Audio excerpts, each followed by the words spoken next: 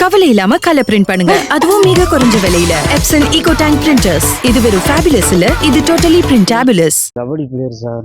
BCom CA முடிச்சிருக்கேன். Kabaddi coach பண்ண சொன்னாங்க. அதில் வனராஜ்ன்றவர் வந்து என் கூட விளாண்ட பசங்களை பூரா ஏவி விட்டு, உங்களுக்குலாம் வயசு இல்லை, நீங்கள் அவனை வம்புலுங்க அப்படி ஏவி விட்டு அவங்கள வம்புலுக்கு வச்சு 15 பேர் அடித்தாங்க. அடித்து அவங்க எந்த கேஸும் எடுக்கலை. எங்கள் மேலே 15 பேருக்கு மேலே என் கேஸை போட்டு, சொந்தக்காரங்க மேலே பூரா 15 பேர் மேலே என் கேஸ் போட்டாங்க சார். கேஸ் போட்டு வாபஸ் வாங்க வச்சிட்டாங்க.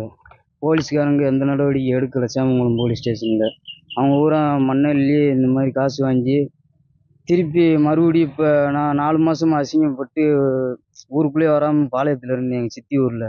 இப்போ 4 மாதம் கழிச்சு எங்கள் மாமா விசேஷத்துக்கு வந்துருந்தேன். வந்தோடனே இப்போ பஸ்ஸை விட்டு இறங்கக்குள்ளேயும் ஒரு 15 பேர் சேர்ந்து கையை மண்டை வண்டியெல்லாம் வெட்டிட்டாங்க சார். வெட்டி இப்போ திருப்பி கொடுத்ததுக்கு மறுபடியும் வந்து எங்கள் மேலே அவங்களா வீட்டை உடச்சிட்டு கதவை மட்டும் உடச்சிட்டாங்கன்னு மறுபடியும் 15 பேர்த்து கம்ப்ளைண்ட் கொடுத்துருக்காங்க எங்கள் சொந்தக்காரங்களை. அப்போதே வாபஸ் வாங்க முடியும் இந்த மாதிரிலாம் சொல்கிறாங்க சார். கபடி விளையாடுவேன், என் பையன் நல்லா விளையாடுவான். அதனால் வந்து விளையாட போன பசங்களில் வந்து இவன் கொஞ்சம் நல்லா விளையாடுறதுனால ஒரு பையன் விட்டு வனராஜன்றவன் வந்து இவனை இந்த மாதிரி விளையாட விடாதீங்க அப்படின்னு சொல்லிட்டு முன்னாடி ட்ரெஸ்ஸே இல்லாமல் அடிச்சிட்டாங்க. 4 மாதத்துக்கு முன்னாடி அடித்து போட்டு அதனால் அந்த கம்ப்ளைண்ட் கொடுத்துருந்தோம் ஜாமங்குளத்தில். அப்போ என்ன செஞ்சுட்டாங்க, பாதிக்கப்பட்டது நாங்கள், எங்களை அடித்தவங்க அவங்க கம்ப்ளைண்ட் கொடுத்ததை வந்து நாங்கள் கொடுத்ததை எடுக்காமல் சும்மா சம்மந்தமே இல்லாமல் பண்ணி இங்கிட்டு 15 வரை கொடுத்துட்டாங்கன்ட்டு இவங்க என்ன செய்கிறாங்க, உங்களால தானே எங்களை கம்ப்ளைண்ட் கொடுத்தாங்க, நீங்கள் வாபஸ் வாங்கன்ட்டாங்க. என் பையன் செல்லவும் தூக்கி வச்சுக்கிட்டாங்க. அது செல்லும் போச்சு, அது ஒன்றுமே இல்லாமல் வந்து ஆக்கிட்டாங்க. இப்போ வந்து 4 மாதமாக என் பையன் அதை அசிங்கப்பட்டு இந்த ஊர்லேயே இல்லை. எங்கள் அண்ணன் விசேஷம் வச்சுருக்காங்க. விசேஷத்துக்கு வந்தவே நாங்கள் தோட்டத்தில் இருந்தோம். அப்போ வந்து வேனில் ஆண்டவர் ஆடிக்கிட்டேருந்தே அவங்க வாட்ச் பண்ணிட்டு வந்திருக்காங்க. பின்னாடி வந்து வேனை நிப்பாட்டுக்குள்ளே பையனை வெட்டிட்டாங்க. கையில் 2 வெட்டு, கம்பில் ஆடி, தலையில் வெட்டிட்டாங்க.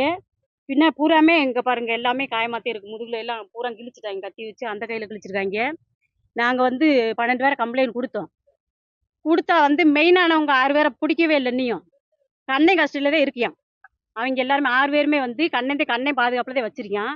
கண்ணே, நவீனு, தங்கப்பாண்டி, கோமேஷ், அவங்க அண்ணன் அவன் பேர் என்ன, ராஜ்பாண்டி. இவங்க வந்து மணல் ஓட்டிட்டு அந்த சேமங்குளம் ஸ்டேஷனே என்னோட இதுதான் கண்ணன் சொல்றியான். அவங்களே சொல்லிட்டு போறாங்க. அவன் எங்க தோட்டத்திட்ட நிப்பாட்டி ஏத்திட்டே போறேன் எல்லாத்தையும். என்னை தாண்டித்தான் அந்த ஸ்டேஷன்ல இருந்து யார் வந்தாலும் வரணும், நீங்க வாங்கடான்னு பேசிட்டே கூட்டு போறேன். சேமங்குளம் அதிகாரி வந்து தப்பு பண்ணவங்களுக்கு மட்டும் என்ன நடவடிக்கை எடுக்கணுமோ அதை செய்ய வேண்டியதானே. எதுக்காக வந்து இங்கிட்டு பார்த்து இப்போ 12 பேரை கொடுத்துருக்காங்க, அவங்களும் வந்து எங்களை வரட்டுறாங்க, உங்களால இப்போ கம்ப்ளைண்ட் கொடுத்துருக்காங்க, நாங்கள் என்ன செஞ்சோம் அப்படின்ட்டு. அப்போ சம்மந்தப்பட்ட நாங்கள் என்ன செய்யறது? அந்த செல்லை தோட்டத்துல இருந்து நானும் என் புருஷன் நடக்க முடியாத பையன் என் பாப்பா தூக்கிட்டு வந்து என் பிள்ளைய பார்க்குற ரத்தத்தை ஒழுவு விட்டுருந்துச்சு. அப்போ எஸ்ஐ சார் அவங்க பையனுக்கு இந்த மாதிரி நடந்திருந்தா விடுவாரா? எதுக்கா 12 பேர் கொடுக்குறாங்க, எங்களை வேண்டாம் தூக்கி உள்ள விடட்டு சார். இந்த எஸ்பி மேடத்திட்ட சொல்லுங்க, நான் அங்கேயும் போயிருக்கேன். தயவு செஞ்சு நீங்க இதை எடுக்கிறதோட விட்டுறாங்க. என் குடும்பத்துக்கு வந்து என் பிள்ளைய அடிச்சதுக்கு சரியான நடவடிக்கை எடுக்கணும். அந்த தலைமறைவா இருக்கிறவங்க வந்து கண்ணே கஸ்டடியில இருக்கான், அவனை பிடிச்சி அவனை அந்த 6 பேர்த்தையும் தூக்க சொல்லுங்க. இல்லாட்டி நாங்க வந்து சத்தியமா நான் இதுக்காக கொடுக்க கிடையாது, நாங்க 4 பேருமே இங்கேயே இந்த இடத்துல தீ குளிப்போம். இது சத்தியமா நடக்கும். நாளைக்குள்ள பிடிக்கலண்டா இது நடக்கும், நாங்க இருக்கவே மாட்டோம். என் பிள்ளைக்காக என் உசுரே நாங்க 4 பேருமே என் பிள்ளைய நம்பிட்டே இருக்கோம்.